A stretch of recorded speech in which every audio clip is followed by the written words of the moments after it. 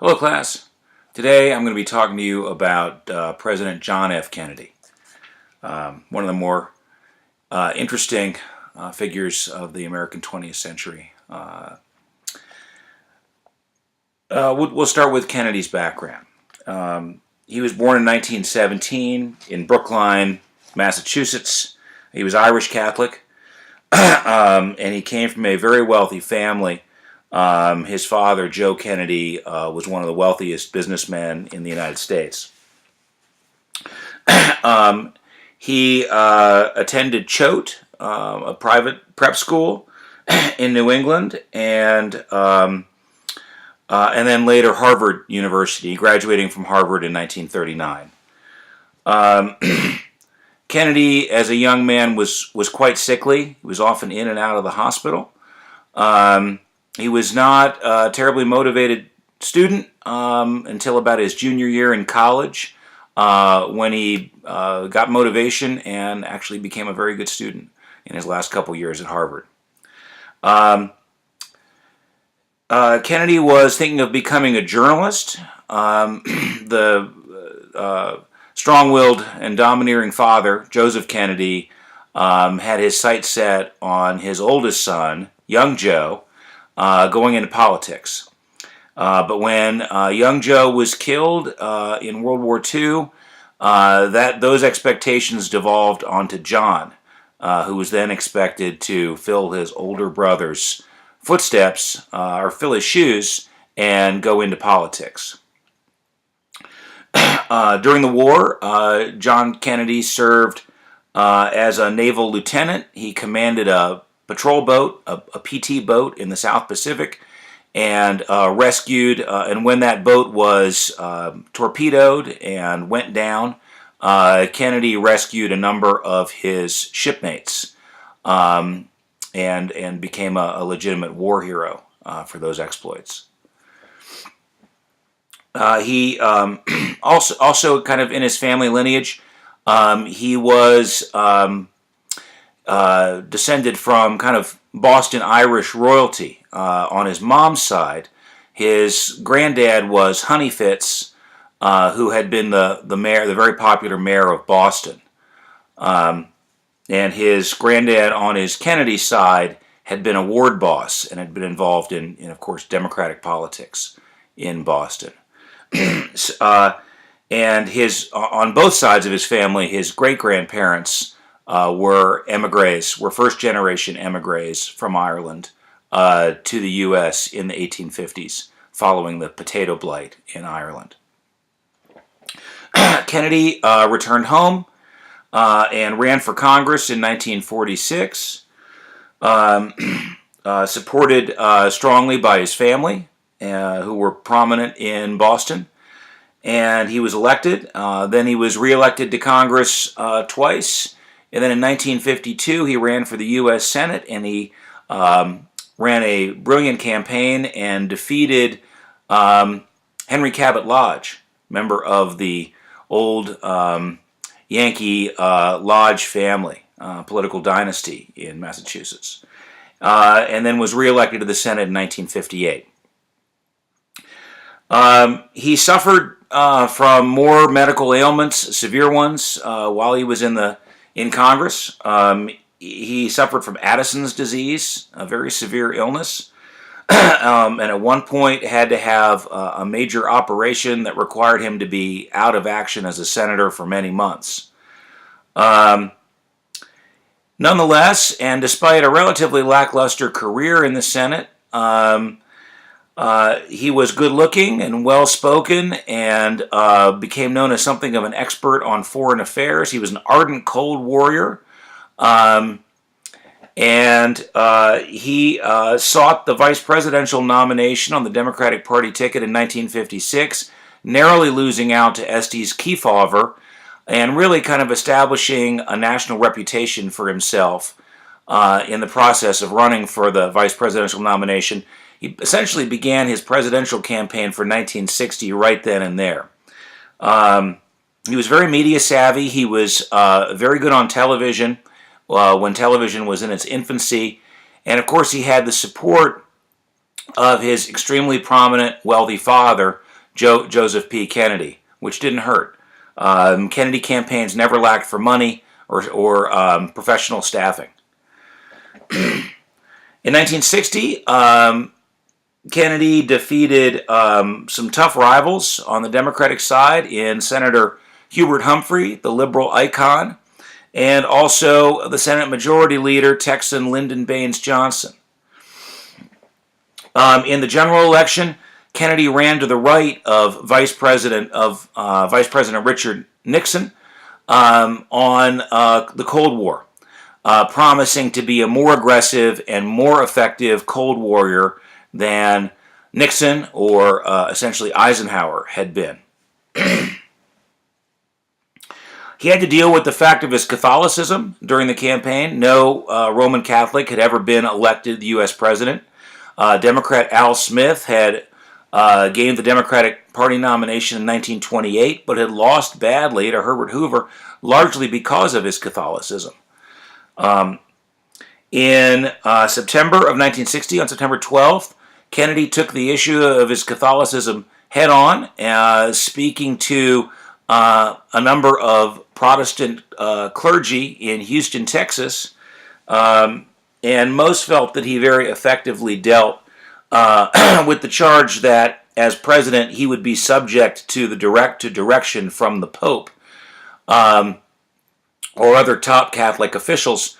Kennedy asserted his reverence for the separation of church and state, and asserted the fact that as president he would not tell the Catholic Church what to do, but neither would he allow his church to tell him what to do as president. Still, in the general election, Kennedy received about 80% of the Catholic vote and only about 38% of the Protestant vote in the narrow election victory that he achieved. He was fairly liberal domestically and made a real effort to appeal to the black vote in 1960, and did so pretty successfully. In fact, that may have been decisive in his victory. In the end, it was an extremely close race. Kennedy winning by 1/100% in the popular vote and about 80 votes in the Electoral College. But if just a handful of states had gone the other way, Kennedy would have lost. Richard Nixon could have contested the election, but given that we were at the height of the Cold War, he chose not to. Assuming office in January of 1961, Kennedy became the youngest president ever elected at the age of 43, though Teddy Roosevelt was younger when he became president, ascending from the vice presidency to the presidency upon McKinley's death. Teddy Roosevelt was only 42 at that time. And, of course, Kennedy became the first, and he is still the only Catholic to serve as the American president. As president, while concerned with domestic affairs, Kennedy's real passion was foreign policy. And he was an ardent Cold Warrior. And his presidency from 1961 to November of 1963 represented probably the zenith of Cold War tensions in the history of the Cold War. In his inaugural address, Kennedy promised famously that the United States would pay any price, bear any burden, meet any hardship in the pursuit of freedom and liberty, and in the pursuit of its prosecution of the Cold War.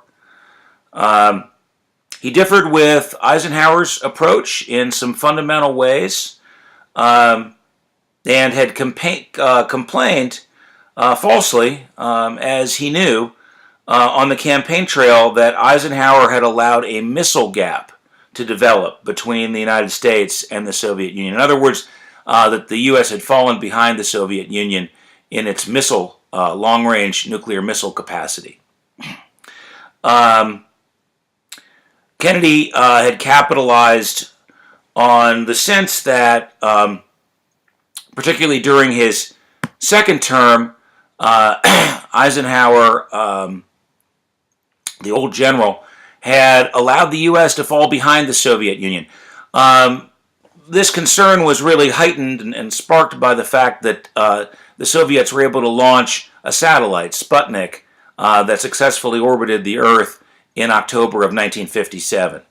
And Kennedy promised that under his energetic, youthful leadership, the U.S. would not only catch up to the Soviet Union, but surpass it in nuclear capability, and generally in the ability to prosecute the Cold War.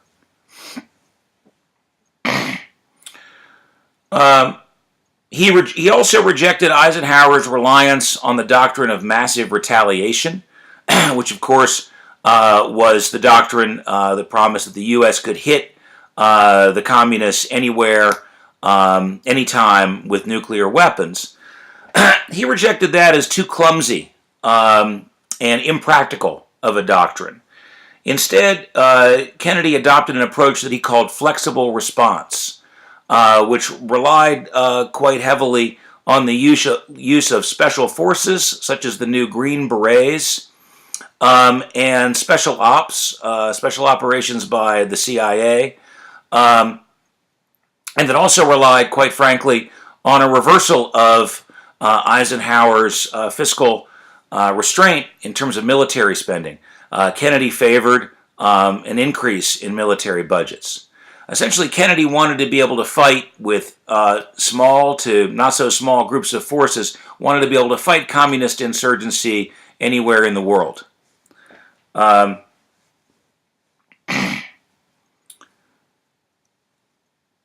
Two major crises confronted Kennedy during his administration. Those two major crises were the Bay of Pigs in 1961 and the Cuban Missile Crisis in 1962. And of course, given that Fidel Castro had taken Cuba into the communist sphere and that Cuba lay only 90 miles off the American border, it's probably no accident that Cuba was the focus of the two major foreign policy crises of Kennedy's tenure in office. Under Eisenhower, the CIA had concocted plans to invade Cuba and using Cuban exiles and overthrow the Castro regime. JFK, learning of these proposals upon taking office, was supportive and engaged in discussions with the military and CIA planners of the operations. The operation, however, as it turned out, was poorly planned, and it did not turn out well. On April 17th, 1961, an invasion force of 1,400, mostly Cuban exiles, but some American military operatives as well, landed at the Bay of Pigs on the southern coast of Cuba. The operation was not particularly well disguised. Castro knew of it. And he had fighter planes and armed rockets that tore into the ships and landing craft of the invasion force shortly after they began landing at the Bay of Pigs. The anti-Castro forces were pinned down near the beach and badly exposed to enemy fire. The swampy bay turned out to be a really poor place to launch this invasion. There were relatively few good hiding places for the forces, and they were pinned down rather quickly by the Cuban forces. The brigade called for air support, which was ready about 10 miles off the coast from fighters on the USS Essex. But Kennedy, not wanting to blow the ruse that this was purely a Cuban exile mission that had no trace of American involvement, refused to allow air support. Lacking air support, the operation quickly disintegrated, and the invaders surrendered. 114 died, and 1,189 were taken prisoners. In the wake of this debacle, Kennedy was enraged and humiliated. No less a figure than Dwight D. Eisenhower, the former president, pressed him down privately for failing to provide air cover for the mission. No one was fooled into thinking the Cuban exiles had acted alone. JFK shortly came to believe that he and others had been guilty of groupthink. And Kennedy vowed never again to make a military decision with just input from military and CIA people. In hindsight, it's clear the operation was guilty of many mistakes and blindnesses. Also